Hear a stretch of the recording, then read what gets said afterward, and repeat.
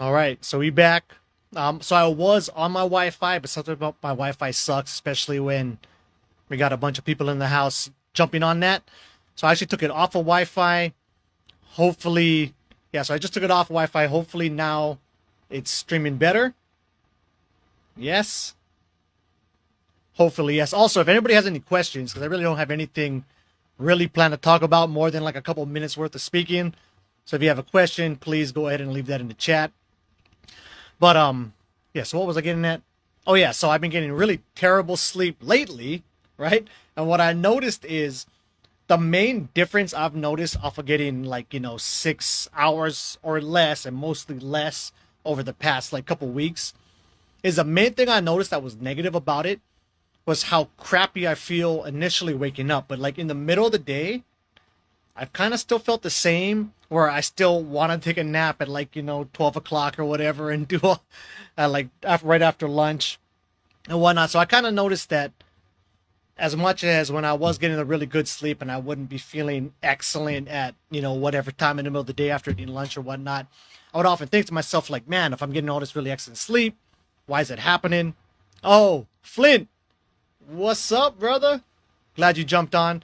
So if you have any questions, by the way, please send them in because I really don't have much to talk about. This is largely just me testing how to use this live shit. So we'll see how that goes. But anyway, so yeah, a lot of video games been happening. I've been playing God of War, which is super amazing. If any of you guys have a PlayStation out there, play God of War, man, it's fucking awesome. Of course, been playing a lot of Call of Duty too lately, which I've been off of Call of Duty since like honestly 2008 ish, and then when this most recent one came out, my buddy told me to get on it, so I bought it. I sucked. I mean, I still suck, but I was like super sucking, like extremely bad. I'm finally close to the middle of the leaderboards nowadays, so that's been nice. Not to mention, open my Xbox up again, which I never finished playing Forza Horizon 5, so I started playing that again. Really, that's been going video game crazy.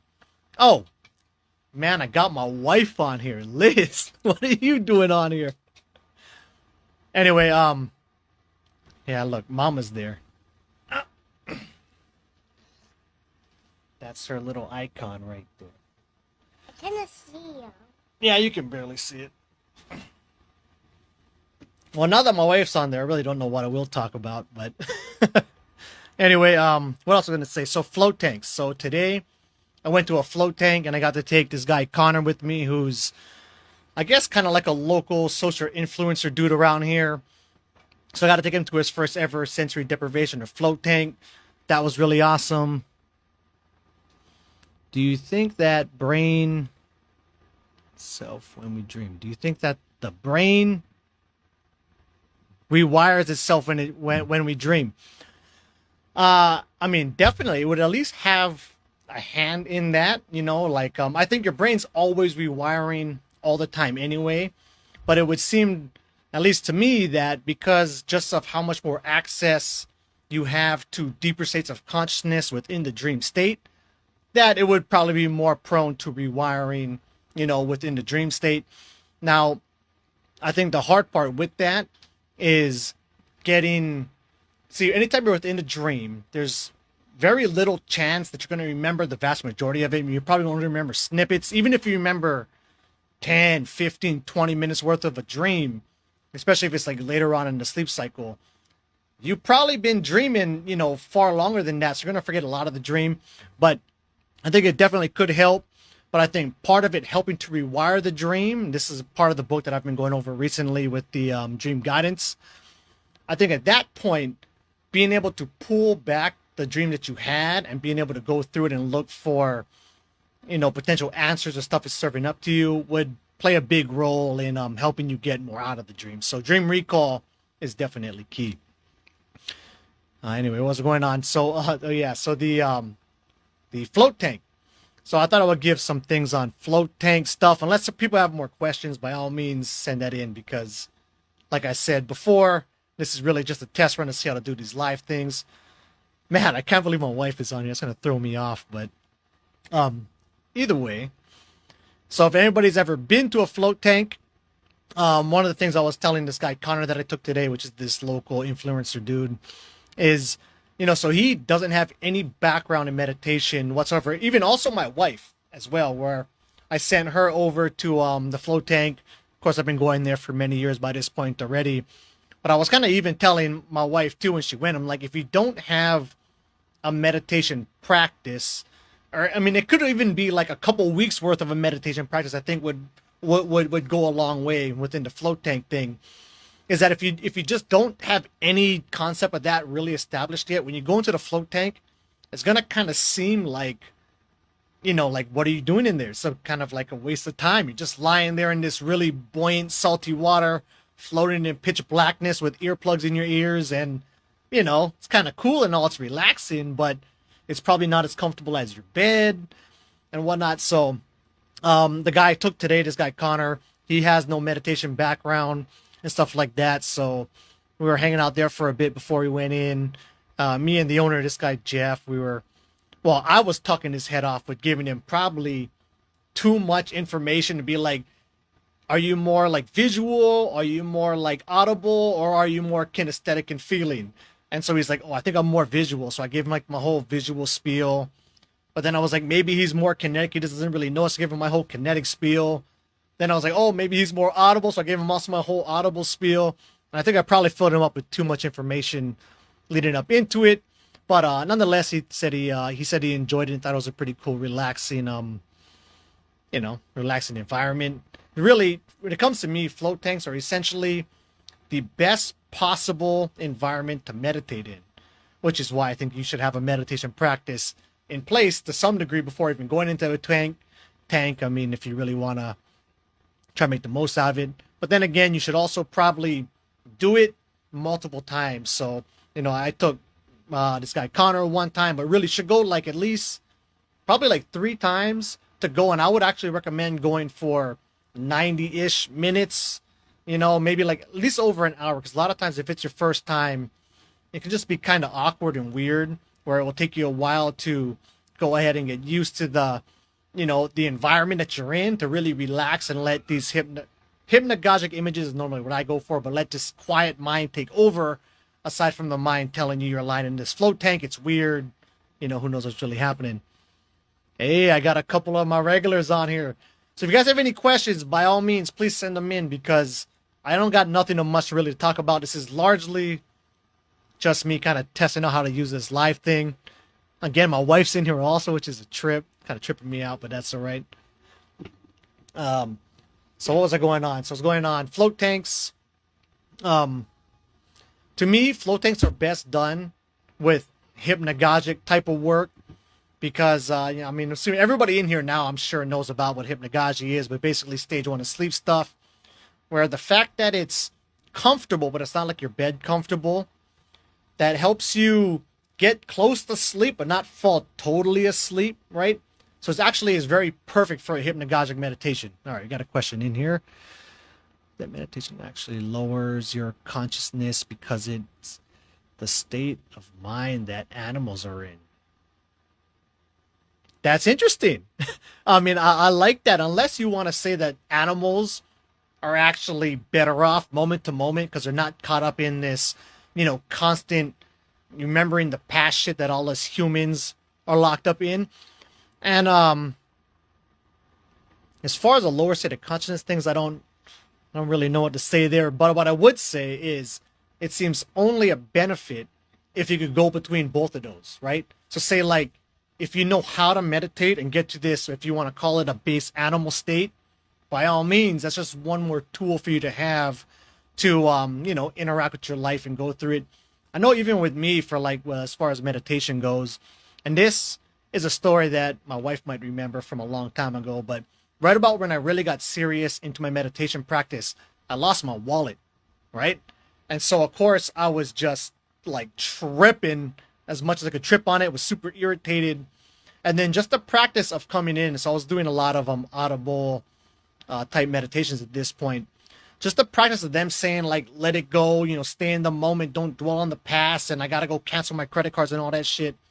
That actually played, it was a very noticeable effect when I could just be like, oh, once I stopped dwelling on the fact that I lost my wallet, I ain't actually mad. You know what I mean? Like I'm fine with this situation. So that was one way that kind of helped me. Um, shoot, so what was I talking about before that? Float tank stuff. So I guess when it comes to the float tanks again, man, my wife being on here is tripping me out. But comes to the float tanks, my preferred version of meditation in there is hypnagogic meditation, which is basically like this stage one of sleep stuff. And it's great because it's comfortable, but not so comfortable you'll fall totally asleep. And then being able to lie in there and stay in this stage one of sleep area, you can see these mental images and thoughts start to come up. So basically the same background chatter that you have popping up in your mind all the time will continue to pop up as you're in the tank, right? But once you get your mind quiet enough, so basically your external stimulus starts to get nullified, right? So the water's heated up to 98.5 degrees or whatever, so it's very close to your body temperature. You can't hear anything. You got earplugs in your ears. The room's soundproofed. It's pitch black. All these external senses start to get quieted down, which lets your internal senses at that point fire up. And then these mental thoughts can actually become, instead of just being thoughts, so actually will come up packing visuals and narrative. So once that happens, that's the great, in my mind, like the best point about doing float tanks.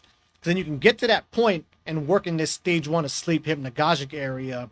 And that is the same mental muscles that I find to be the same mental muscles that work within a lucid dream when you're, playing around in your dreams in typical REM. So, all right, if anybody has any more questions, please send them in. If not, I'm going to end this shit and then try to see how to save it and see if I can put it up later. But let me scroll through some of this. If not, what's the longest float that you have done? Good question. So I typically like 90 minutes. So the place I go, it's either 60 minutes or 90. And I've always recommended, I even did this to my wife and she probably didn't even like it that much, but I was like, you should always go 90, just because for me personally, the first couple times I went, it took me like 60 minutes or so to get comfortable to the situation. Like you're in there, you got to strip down naked, at least you got to do it in the place that we go, right? And so it's just kind of odd, it's strange, you're in some weird person's house and they do it out of their house as well.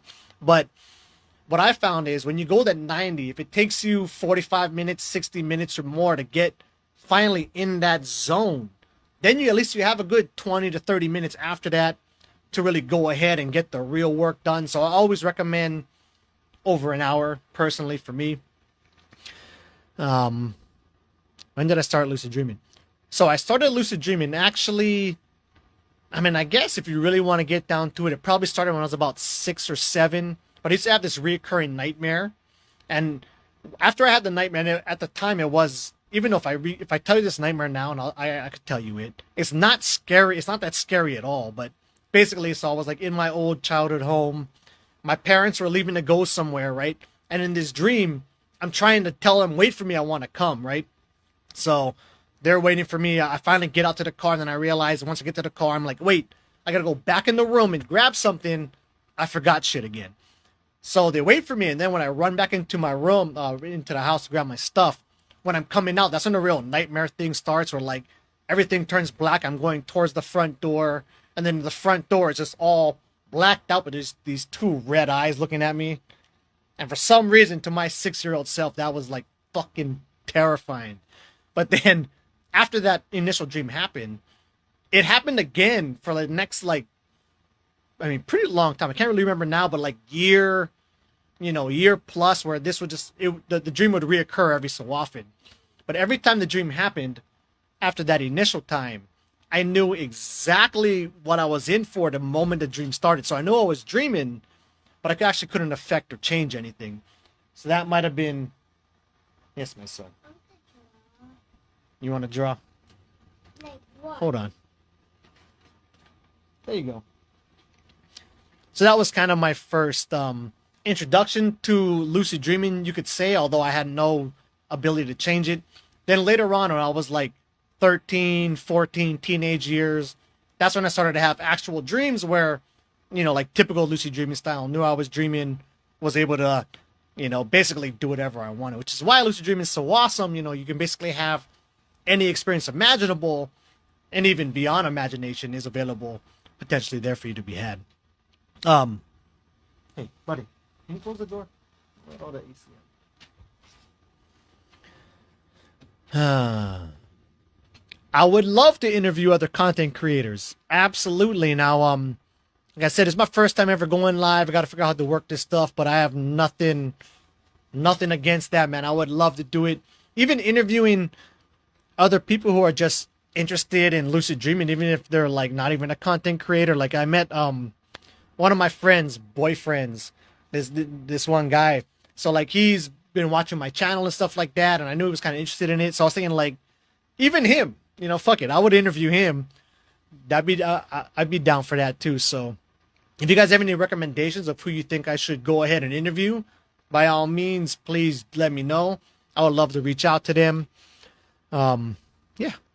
So I'm totally down for that. Absolutely. And if that's it, any other questions, feel free to message me or drop them in comment right now. If not, I will end this soon and try to figure out how to save it. I don't even know if I'll post this one. I probably shouldn't even post it, but I might post it. But after we finish this up, we'll go ahead and yeah, right on, Flint, brother. Love you, man. You've been following me for a long time, man. Appreciate the support. So I guess we'll end it there. I'll figure out how to save this stuff, and then I'll try to do this more often. Right on. Aloha.